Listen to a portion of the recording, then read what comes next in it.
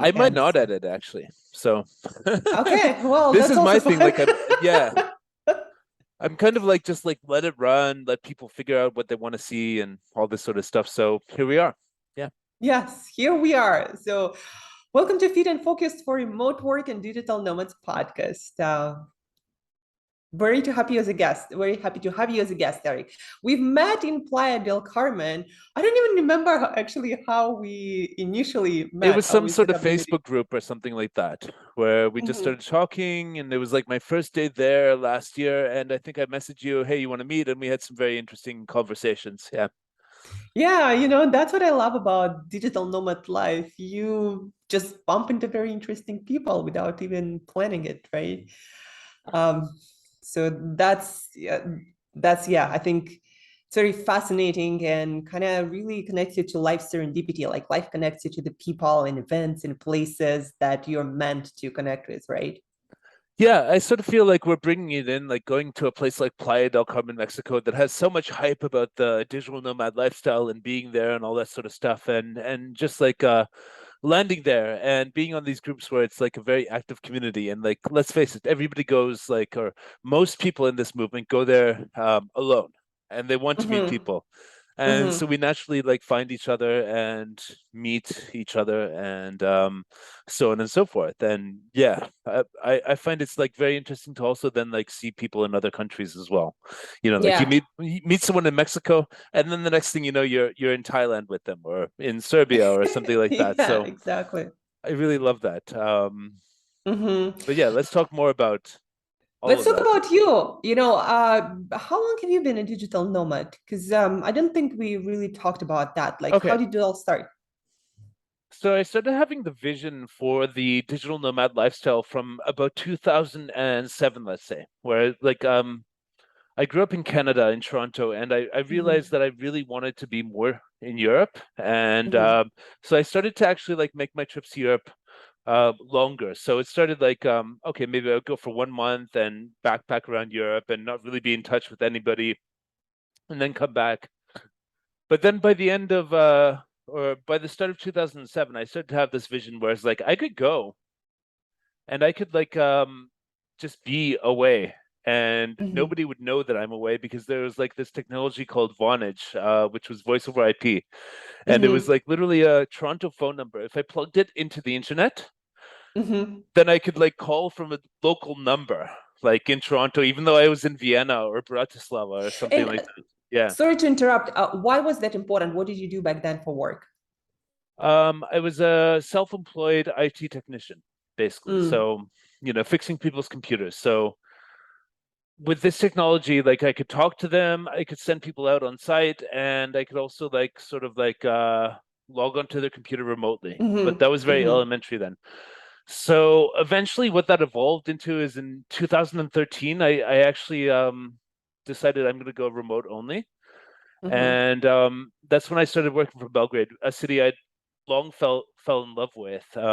Belgrade was like the most, I don't know, vibrant place I'd ever seen. Like I don't know, there's just something here where Hmm. I'm still resident to this day. There was something here that I just like really needed more of in my life, and I decided in 2013 that I just wanted to work from here in my Hmm. kitchen and just like that there must be some way that somebody would pay me enough money to live here for the work I could do online. So I found a company in London, a boss over there that was like sympathetic to the whole cause, and it was saving him money because I wanted like 800 euros a month for like 15 hours a week of work, and his business didn't have that much work, so it was like a really good trade-off for like hiring some full time. So I started that in 2013 as a full-time Hmm. digital nomad, and for the first time I was like, wow, this is actually happening. This is actually like Hmm. I'm able to be in Serbia and like, you know, be on the phone with London, and nobody in London knows I'm not in London. And Hmm. so, So yeah. 10 years, right? And also, how did you end up in Belgrade? Like, how did you initially go there? Well, it was kind of like a mix of a couple different things. Like my family was like German people from Slovakia. So I would like Hmm. naturally like visit my relatives and cousins and stuff like in Slovakia, and then go a little Mm-hmm. bit further to Slovenia, Croatia, or something like that. And I would just like go out and go a little further every year. But then at the same time, I started making like really close friends with like some Serbian people in Toronto, the city I Mm-hmm. was from, and realizing that there's sort of like a really like common way that we tend to see the world. And so then Mm. it was natural that I would like the next year I would go to Belgrade. The next year I would just like Mm-hmm. check out Serbia, because I'd been to Mm-hmm. like Slovenia, Croatia, and then Serbia. And something just clicked around like 2006, 2007, where I came to this city, this Belgrade city, and I realized that like people here actually like are really open to new ideas and they speak English. Mm-hmm. And Okay. like at this point I can speak Serbian pretty fluently, but at that Mm-hmm. point it was like really like fresh, and everybody kind of like spoke English here. And that was like Mm-hmm. and they had this sort of like post-war sort of like I don't know, call it like a complex or something like that, but they really wanted to show the best of like their country and their city to the world. And I was like somebody who came here, and I just naturally found myself like being like drawn into the city, and so I decided in Mm-hmm. 2008 to move here. So yeah. Mm-hmm. 2008 or Yeah, 2018? eight. Okay. Yeah. 2008, So yeah. so your whole journey began even before that, not 10 years ago, but like what, 20 years ago?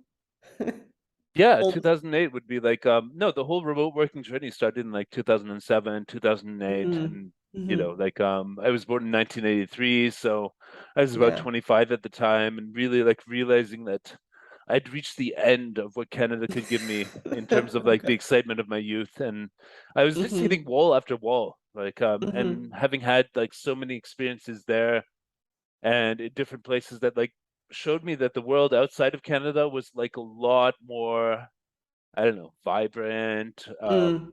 risky, let's say, like sort of like just like there was a lot more to be learned Mm-hmm. outside of Canada than there was like if I just stayed there like within that little bubble.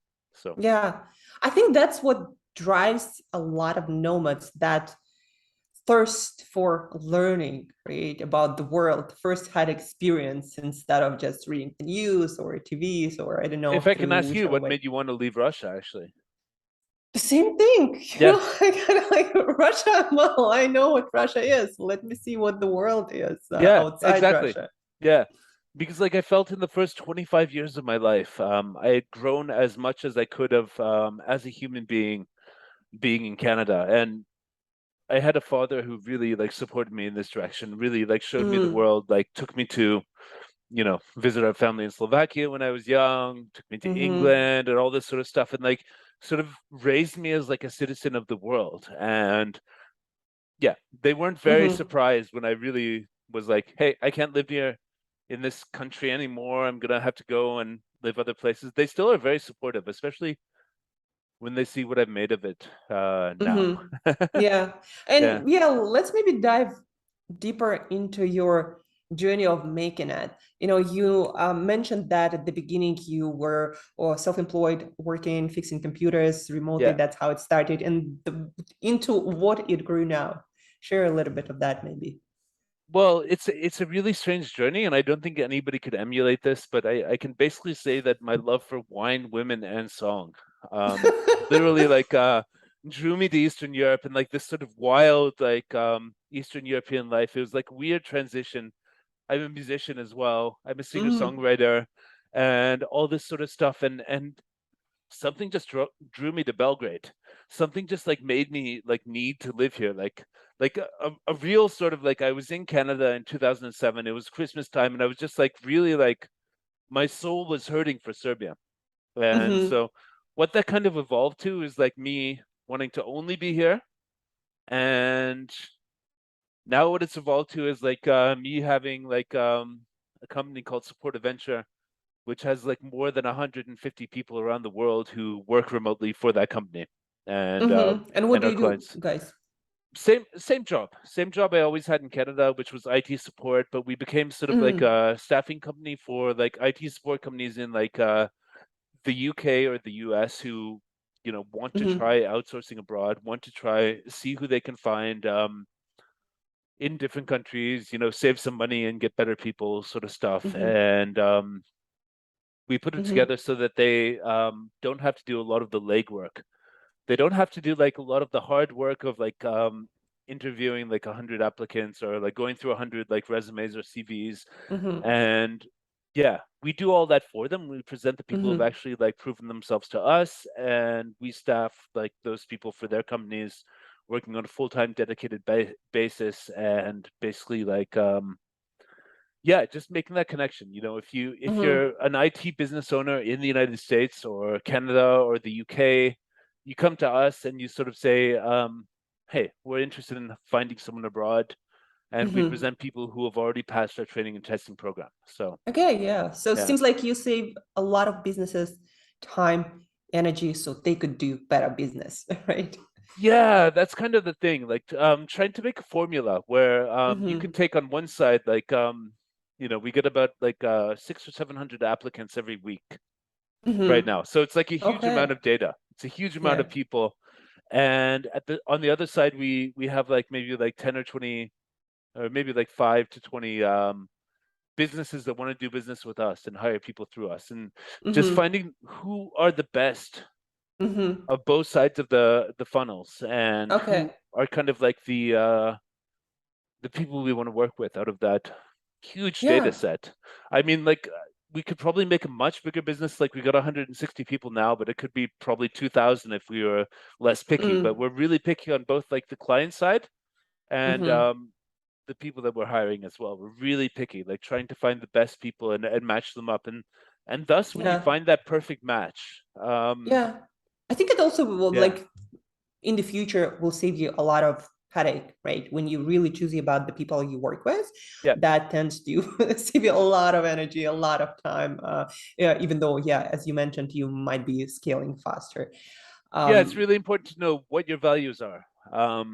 And yeah. what sort of like are you going from a place of desperation to grow your business, or are you going from a Hmm. place of inspiration and sort of like finding those people who are really like a good match and like ensuring that Hmm. they get onboarded properly and all that sort of stuff? Hmm.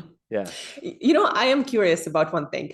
A lot of digital nomads, when they start this journey, a lot of people also on entrepreneurial journey, they're like, well, I want to do what I'm passionate about. And I'm curious, were you passionate about this business or you just kind of, stumbled upon good business model and you decided to give it a go? Listen, I was really passionate about not having to go back to Canada, like not going Okay. back to Toronto, not showing up at my parents' house and staying with them another time for like 3 months or whatever while I refilled my like savings to go back to Europe.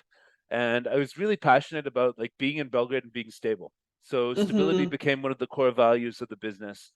And yeah, the passion was literally like, Yeah, I for want to make something it else. Yeah. possible. Like, Yeah. okay, so as I kind of look at it, like the Western countries are good for business, but Hmm. kind of bad for pleasure.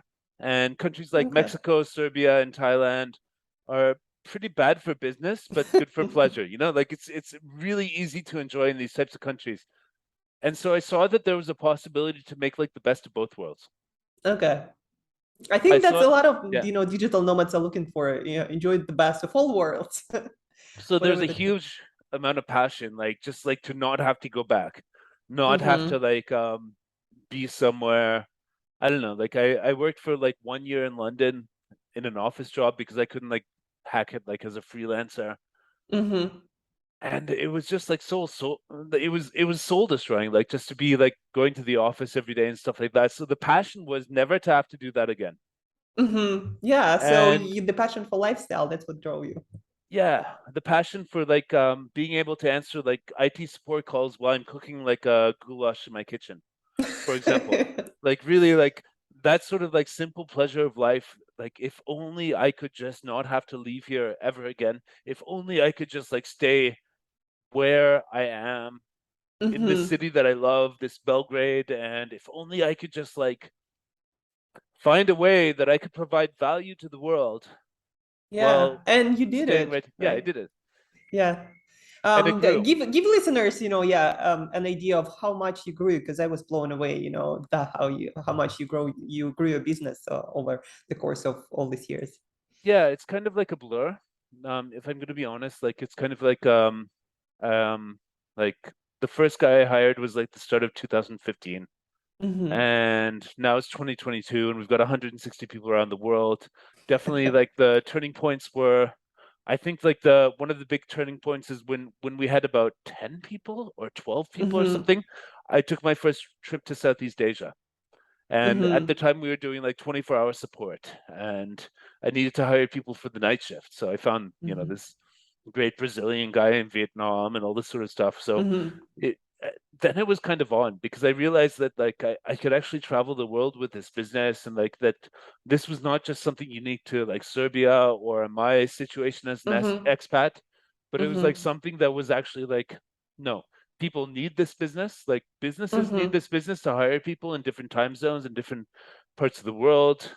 And expats who are like living abroad in places like Serbia, Thailand, Mm-hmm. Vietnam, Mexico, Colombia, you Mm-hmm. name it, Mm-hmm. they also need like they also need this business to sort of like sort out like the economic situation for them so that they can work Mm-hmm. remotely like I wanted to when my dream started. Mm-hmm. So yeah. Hey, want to ask you a question? Like a lot of people probably do have these questions. Did you experience any issues growing and scaling? Because especially, with all the travels, all the different time zones and schedules, and yeah, if you had, then please do share them. Of course there's issues. Like at this point we've got 700 applicants like a week who are coming into the business, and I really wish that we could do like a better job of like communicating with those people when there's 700 of them, it's kind of tricky. Mm-hmm. And you're operating this sort of funnel where only very few are going to actually like make it through. And like now it's become the same thing on the client side. Like yeah, the challenge is like not everybody feels like we're fair or whatever, because like it can seem quite random, like Mm-hmm. how you're going to get an offer through us, and like how we're Yeah. maintaining our quality and stuff like that. And I don't know, it's like yeah. But I mean, like, did you experience, I remember you told me, when you had your first 10 people and then obviously you grew more. Like Yeah, in those transition times, did you experience any problems maybe with just growing the team and communicating with them? And then also maybe you as a person with, your schedule and managing of self, managing of your lifestyle. yes. The biggest stress point I can remember is when we had about 12 people, and half of our people were assigned to one client working full time, Mm, dedicated, and had a huge argument with this client. And it mm-hmm, was literally like I had a nervous breakdown. I will not like try to like sugarcoat this. Like I literally like had a nervous breakdown with like a skin infection that came with it. I was in Thailand at the mm, time. And mm-hmm, it was literally like this client was like really playing hardball with us, and it was really stressful. And it was so stressful mm-hmm. that I had a physical symptom of it. And Yeah. How did you get out of it?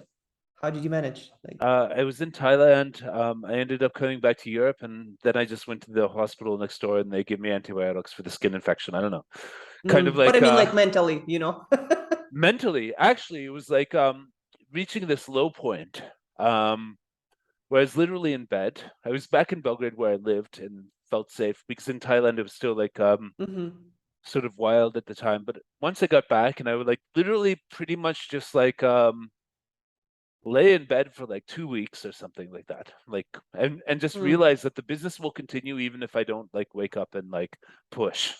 mm, That was the recovery itself, like yeah. being forced to do this by the skin infection or whatever it was, and And you realizing that, realize you didn't have to push so much, right?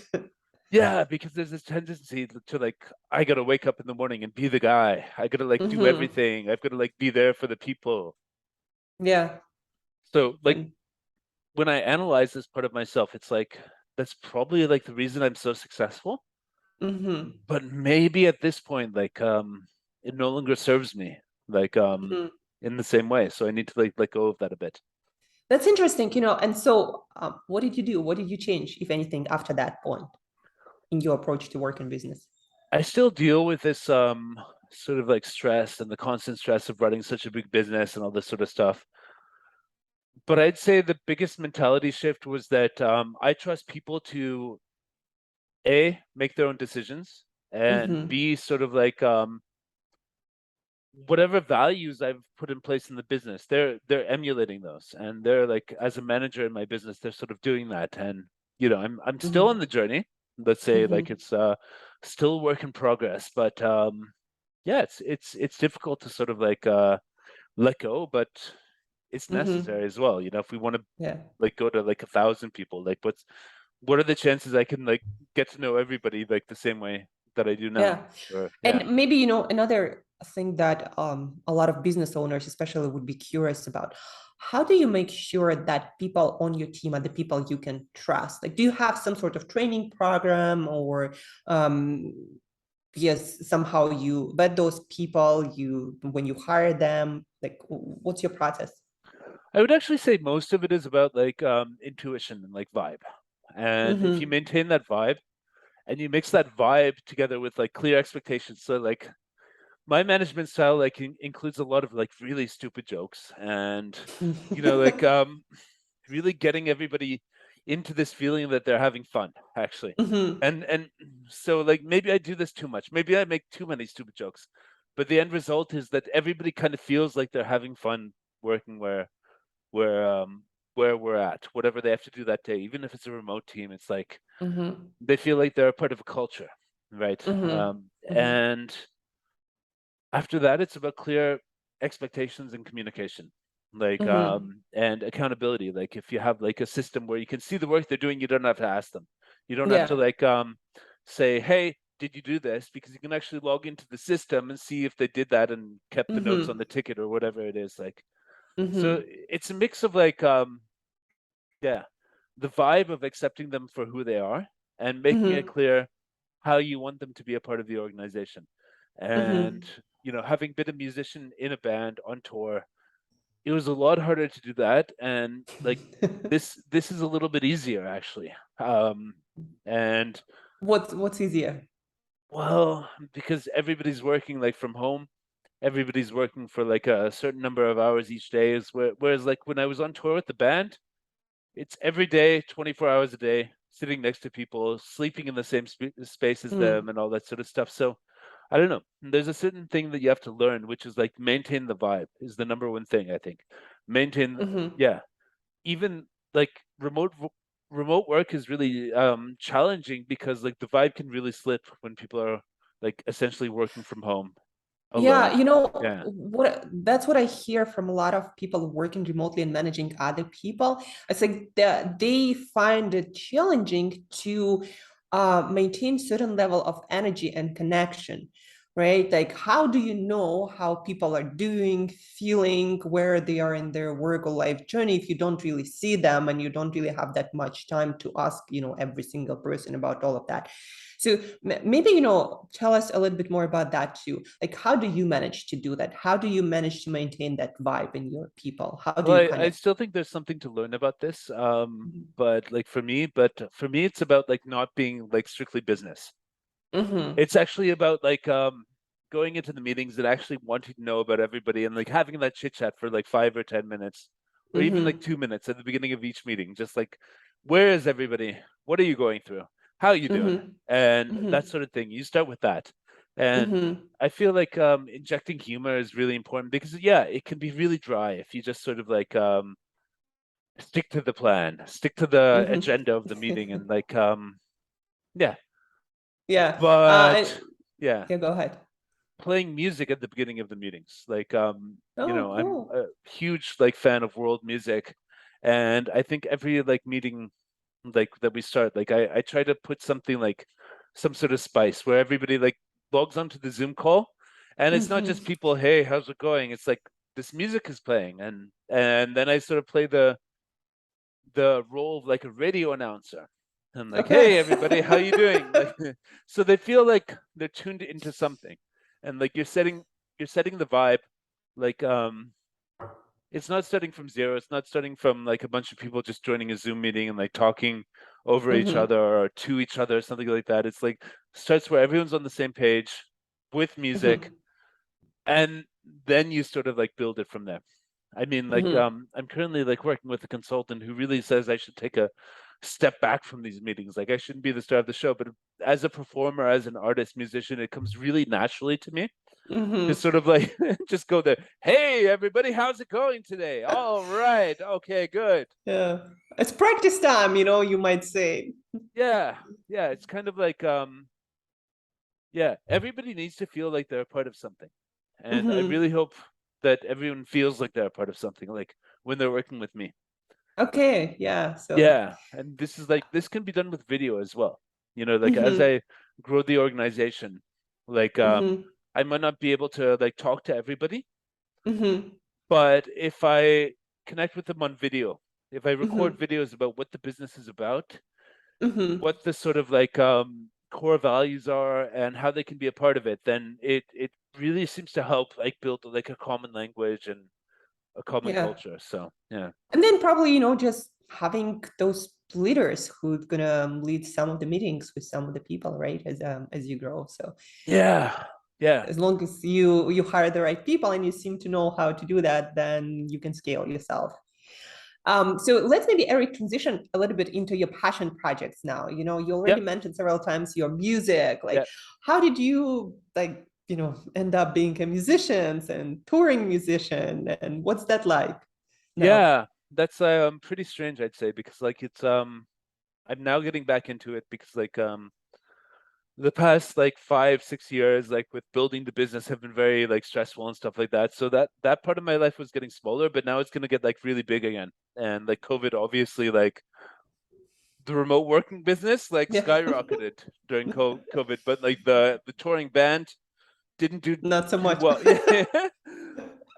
And so like it really started with like I was 11 years old and my dad like brought home the first computer and also started teaching me how to play guitar, and those two things throughout my teenage years like became my passions, and like computers and music. And so computers became the career and music became Hmm. sort of like the passion. And then like when I was about 25, I decided to move to Serbia and like kind of like take it seriously and like Hmm. build something, work with like a producer and all this sort of stuff. And so we went from there. And since then it's been like about 250 shows around Europe, like everywhere Wow. between Belgrade and London, basically, and Scandinavia, Poland, whatever. Hmm. And it's kind of like I feel like I'm spreading the same message of internationalism with my music, Hmm. as What I kind of am. music is it? It's folk punk, so it's like a mix. Like I moved to Serbia so I could absorb this like Balkan music influence, which is kind of like a mix between the Middle Eastern music and the Central European music. So it's Hmm. like, and Eastern European, of course. Like Hmm. so yeah, mixed with rock music. So it was Hmm. essentially like everything I was feeling, like what made me want to get out of Canada, what made me want to like go and explore the world. I put that into songs, and that became Worldly Hmm. Savages, which is my band name. And that became like kind of like the message that I'd say with Support Adventure, the business, we're doing the same thing. Hmm. But one is like a business manifestation, and one is like the artistic manifestation. Like I have a song, Hmm. like for example, called Glass Cage, which is about how I hated like fucking working in an office, like having to show up every day. And like, yeah, so I've got a song which is that, and it all kind of fits together. But yeah, there was a time where my musical persona and my like business persona were like kind of like divergent. But what I've Hmm. done with Support Adventures probably like brought them closer together, where I don't really need to be Hmm. two people anymore. Hmm. I'm like the same person on stage with my band, um, wearing the same clothes even. Like Hmm. I just at one point just bought like a dozen or two of these t-shirts, like so I can just Hmm. like not worry about that. And Yeah. basically like yeah, it just became like the same thing. And like also the YouTube thing. Like I had a successful channel called Belgrade Beat, which is Hmm. still like successful, like millions of views. Like just my perspective as a foreigner in Belgrade. And I'm building one which is like non-location specific called Rising Nomad. And it just kind of like, who am I and what do I stand for? Like living where inspires you and having a lifestyle that is of your dreams and stuff like that. And Yeah. so everything is like kind of like an offshoot of that. Hmm. Yeah, it seems like a lot of projects, to be honest, to manage. Not sure how you manage all of that. I also know that you are into community building. Do you want to share a little bit more about that, or not? Yeah. And the thing that I'll share, like I might need to be like vulnerable here, so I can actually like communicate where I'm coming from, like here. Hmm. Um, it's really lonely being a remote worker and like sort of like building a business online, and then you walk outside and nobody knows what you've been through, and nobody's know Hmm. yeah. And when I was traveling with the band, it was always people all the time, people coming to gigs and having that connection. And so what I'm building now is okay, first of all, I need to get the band playing again. So we'll be in Thailand like the first 3 months of next year, 2023, like we'll be there. But it's about music and it's about community, but Hmm. like it also kind of like comes down to the fact that I really like the crossover between like offline experiences and people that you're meeting online. So I've been Hmm. like a member of couch surfing since 2005, actually. And Yeah, couch I'm a surfing member is, too. yeah, couch surfing is a great way to meet like all sorts of people who are just traveling through your town. You know, like tomorrow I've got like two girls from Poland coming. Last week I had two people from Germany, and just sort of like crashing for 1 or 2 nights and getting to know them and just exchanging the culture, and like that's what I'm into. And that's Hmm. kind of the energy, like this constant international energy. And building a community based on that is of the utmost priority because like it can be so random who you meet when you're traveling. It can be so Yeah. random, like how it all works and stuff like that. But I've pretty much decided that this like slow travel lifestyle is what I'm into, like moving forward. Like I want to live between Belgrade and Thailand and sort of go back and forth and build relationships there. And I feel like if I put my message out correctly, if Hmm. people see what I'm about, if the music resonates, even if they come for like a 2 week holiday in Thailand or in Serbia, Hmm. then they'll actually have felt something because like there's a friendliness that needs to actually pervade this scene that I see lots of people working on this idea, but it's fairly challenging to get like people who are online to like interact offline, but it's happening slowly but surely. And so Hmm. the rising nomad sort of idea is connecting people like yeah, like we want to be in these beautiful places, but it's only as good as like the people you connect with. Yeah, And like exactly. this is the problem. Like you can go all around the world and you can go to like different places and stuff like that, but if you have this like sort of feeling of being a nomad, it's hard to connect with Hmm. local people. Yeah, and it's hard to connect with local people, and then it's very challenging often to connect with other nomads because everyone is coming and going. Yeah, And yeah, how do you do that, really fast and maintain that over the course of many years and many geographical zones? So yeah, I it's think, really tricky. And this yeah. is one of the biggest challenges I think of like the movement is actually like slowly but surely we'll find our ways to connect people and like build it up over time. But it's like all very fresh. We're making this up as we go Mhm. along. This is what you have to Yeah. remember. Yeah, I mean, that has never been a situation that anyone lived through, like this, like connectedness and in I don't know, the elimination of borders, even kind of that's happening right now. And I'm curious to know what's your vision, like rising nomads. What's Okay. the maybe final vision for now that you have in your head? What would you like to build? Okay, so when I started Support Adventure, the IT company, like it was basically like I decided we're gonna have like 200 people around the world. Now we're up to like 160. So I'm Hmm. slowly pulling myself back off of that. But rising nomad, like this long-term sustainable sort of like different bases around the world. I would really like to have a community of people who are into what I'm into, which is like world music, good food, health and nutrition, and all this sort of stuff. And there's kind of like a presence in all of these different places, like Mexico, where you are now, Hmm. and like Serbia, Thailand, and like people can go and they can instantly have like something in common with the people there. Um, Hmm.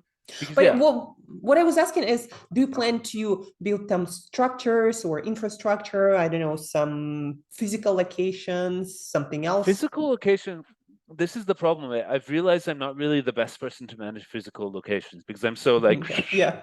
in the sky. Like so I don't know if I can find people who can help with that part of it. Yes, I will. Hmm. But I struggle just to have like a apartment in Belgrade and like a place in the countryside, for example. Like that's a struggle. Like and Management, yeah. yeah, and so like I'm more about like and even like going on tour with a band is a struggle. So I'm more about like Hmm. with this location independent sort of philosophy, like where can we show up and make a party, and other people Hmm. can have like the sort of like physical location, and we show up there and make a party. It might Hmm. evolve actually, like yeah, like that somebody like comes in and really complements my skills of vision and stuff like that to sort of like say, okay, we want to open up these locations and stuff like that. But right now I'm kind of just about like what's missing from my life as a digital nomad? Like what's missing Hmm. from like where like okay, so I got on this journey like about like 9 years ago, and like what where are we now, and how does this like sort of manifest the next level? And it comes down to like, yes, I need more community. I need more people Hmm. around me. I need more like sort of like people around me that will take this stuff. And if somebody makes like yeah. I mean, I love all these restaurants that I go to, like in all these Of course. places where I Yeah. go, and I love all the cultures, but my head is in the clouds basically. So yeah, But hey, it got you through quite a journey and you built quite a business, So it did. Yeah. um yeah, I think you'll do okay with your vision as Yeah, but the well, long-term vision is like, yeah, obviously like yeah, it would be nice to sort of like have a family or something like that, have children yeah. and bring them into this world and figure out a way, because everybody says like, "Oh, but you can't live like you're living when you have children." And I would I hope to, mean, yeah. yeah, there are families and couples that I met that are doing that, so it's not Yeah. impossible. Just Yeah. different kind of approach, to life and things. And I guess having a little bit more flexibility in your mindset that yeah, certain things not It gonna sounds like the be. same sort of thing they used to tell me when like, "Oh, but you can't go and live in Serbia. You're not going to make enough money there," and all this sort of stuff. Is like, "Oh, really?" All right, look at me now. It's like, okay. Yeah. And so I would like to build that community, like and part of me actually also like rejects this sort of like idea of just having this relationship that's sort of insular, like it's just like a man and a woman and they have children and it's kind of like Mm. inwards on itself. Like I think what I really need is like a community of people around me that share my values, Hmm. and Well, I then think, yeah. that people are looking for that no matter where they are, like family and then community. And it just, when you are location independent, it's just different, right? And we're still figuring it out as we go. And I got to meet, sitting here, in one place, I got to meet actually quite a few people who are building communities or are thinking about building communities because yeah, now we have this lifestyle, this freedom, but how do we take care of this side, family, relationship, Yeah, friendships. obviously, like it's really hard to figure out. Yeah. Yeah, so when people are just trying to figure out exactly as you There's said, also this like because thing like that those of us who are choosing this lifestyle are probably like the least likely to be like naturally inclined to be in like this sort of like family relationship sort of like zone, right? Like all of us like what do you mean? I mean like a lot of us have okay, psychology is called like avoidant attachment style as well, Hmm. where it's kind of like the reason I left Canada is because I didn't really feel that I was at home there, right? Hmm. And I wanted to find something else. But like if there's something missing, it'll be missing everywhere. As I sing in one of my songs, it's Yeah. like you travel to another country and you're still confused about that. Like you still have this lack that you probably felt in your own country. So Yeah. like this is a huge problem for the movement. Like and like people really But need.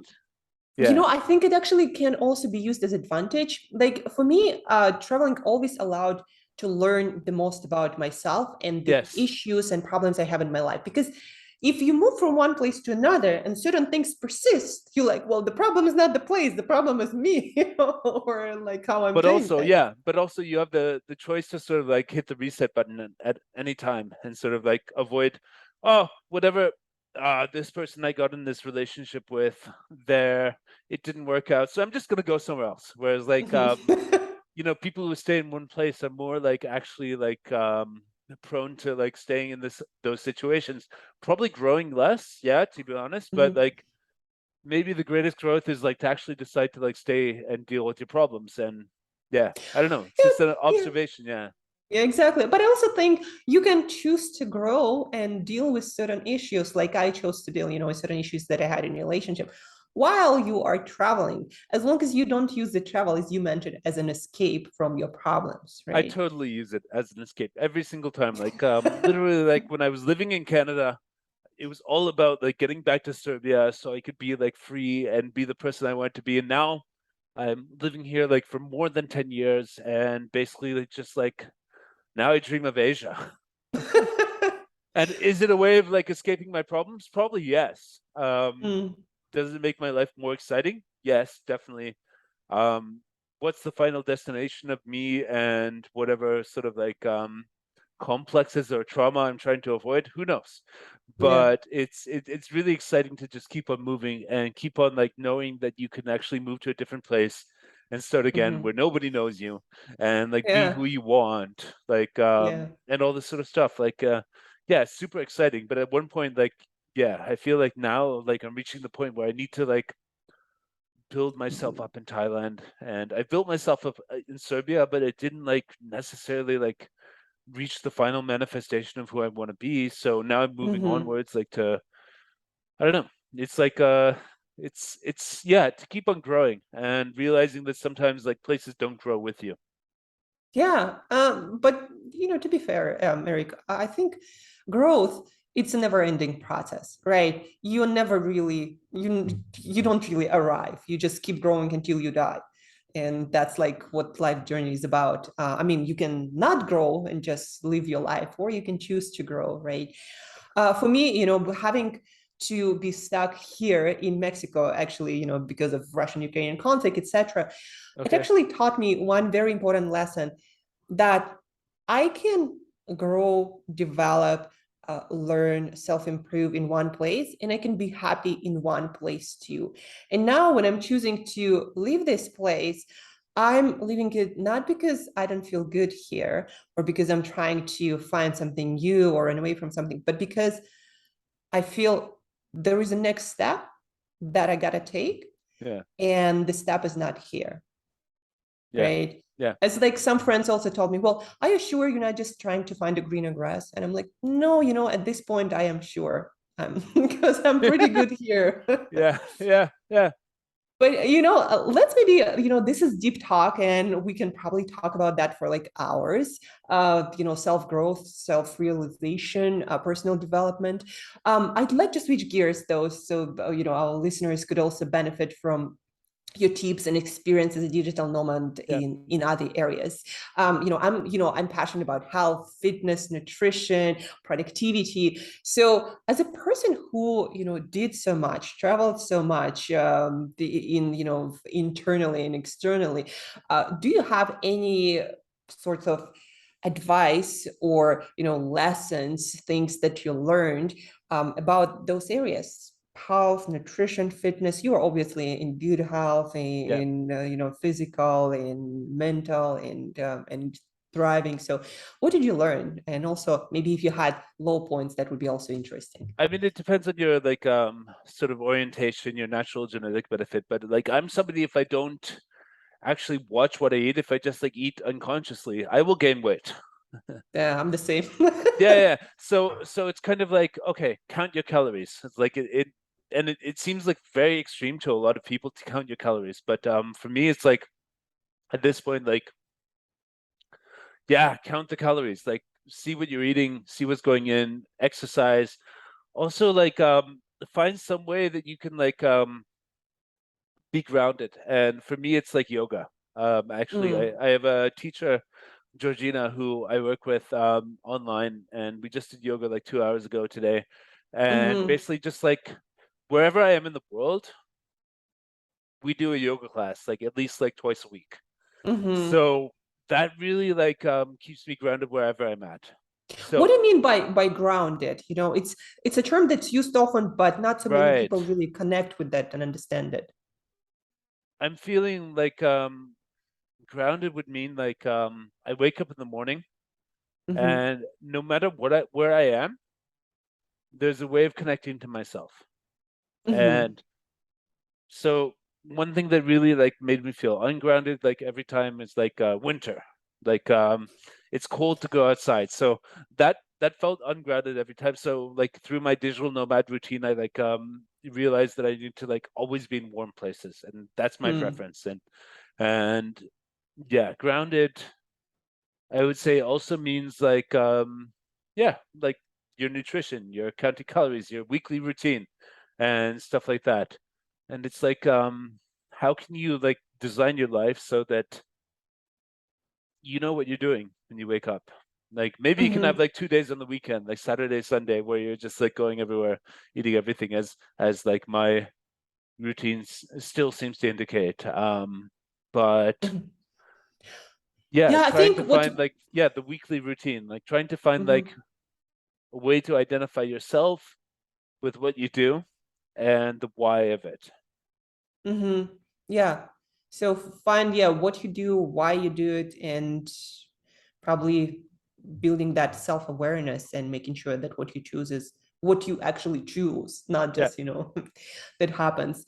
Um, Besides counting your calories, doing yoga for grounding, what are some other things that are like Strength your training definitely. non-negotiables? Like muscles, like as a Mm, man, like the biggest like sort of like release of energy and the biggest reward is when like I go and I, like get on my rings outside and do the dips, do the pull-ups, all that sort of stuff. It's just like to approach that infinity, like of just like reaching the limits of your muscles, like and pushing past it every week or something like that. Really important to sort of like know where that is and regularly like touch that point. mhm. And also drinking lots of water. And like, yeah, no, this is something that like a lot of people don't really get. And No, I trying get to it. no, you get it, of course, because you're a nutritionist. Yeah, yeah. But it's like also like what are you drinking water out of? Is it like a glass bottle or is it a plastic bottle or how does it come to you and all this sort of stuff? Like that seems to really like help a lot. And also just like the hours that you sleep. Like are you waking up at 6 in the morning or are you waking up at 9? I don't like to Mhm, wake up with an alarm clock, but usually it's around 6 to 7 that I wake up mhm. and just sort of like letting your body orient yourself wherever you are and sort of go outside, experience the sunshine and all this sort of stuff. I guess that's why I like hate winter is because it just gets kind of depressing. Yeah. Yeah, and I wanted to interrupt you just to say that you are doing everything according to like the best neuroscience research, having enough sleep, getting outside to expose yourself to natural light. That is actually important for a lot of neurotransmitters in our brain, right? Keeping yourself hydrated, again, for brain work, for nervous system, for your whole body health, not overeating, strength training. It's like, Yeah, yeah, but these are not things that you need to overthink. Like these are yeah. natural things that if you leave the space in your life and you develop a lifestyle that sort of like prioritizes, like it slowly builds up over time. Like it slowly just sort of like your life becomes like this. And you need to leave enough space like in your life to actually go outside, Mm-hmm. to Well, actually like to be honest, a lot of nomads complaining about not being able to have this routine because they constantly doing like some meetups or going partying or yeah. drinking. And what do you have to say about that? Did you ever have that period in your life where you had too much of that, parties and alcohol and Yeah, not no, having a like routine? there's like obviously like it can like still be like that sometimes, but let's say it have the balance of sort of like to know where the maximum point of like I'm doing good for my body today Mm-hmm. and living there, like living there Mm-hmm. most of the days of the week. And then on Friday, Saturday, yeah, go drinking, like go do it. Go like my opinion is like if you really love that, like as I do, like I really love like alcohol and like drinking and like all that sort of stuff, the release that comes from it. Maybe it's not the healthiest thing, but like, go and do that, but find a way to like integrate that. Mm-hmm. Like Okay.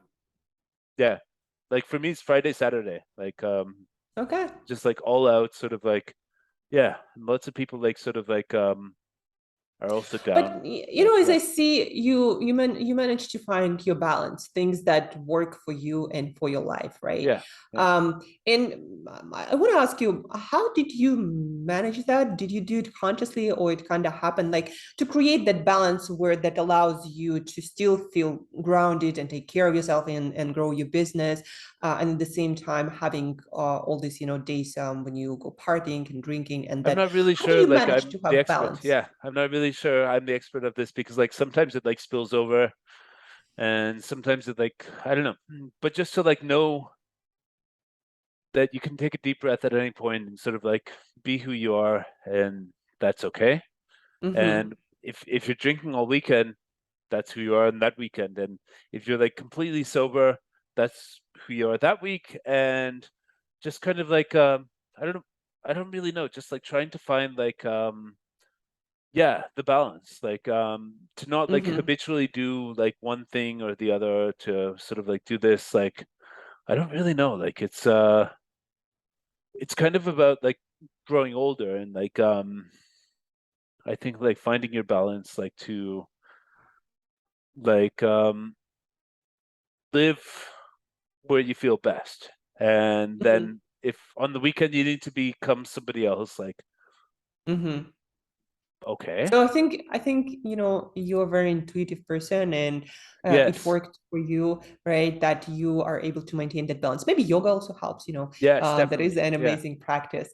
So yeah, I think everyone needs to find their way to make their life work. I mean, I'm Like, still doing like my way. Like every year it kind of evolves a little bit and like mhm, you kind of listen to yourself more and realize like some of these like yeah, sort of like I guess traumas or whatever it is from childhood you might not have addressed and stuff like that. Stuff like you have to watch when like when you're getting pissed off. Why is it? mhm, mhm, Like I realized I think it was today actually.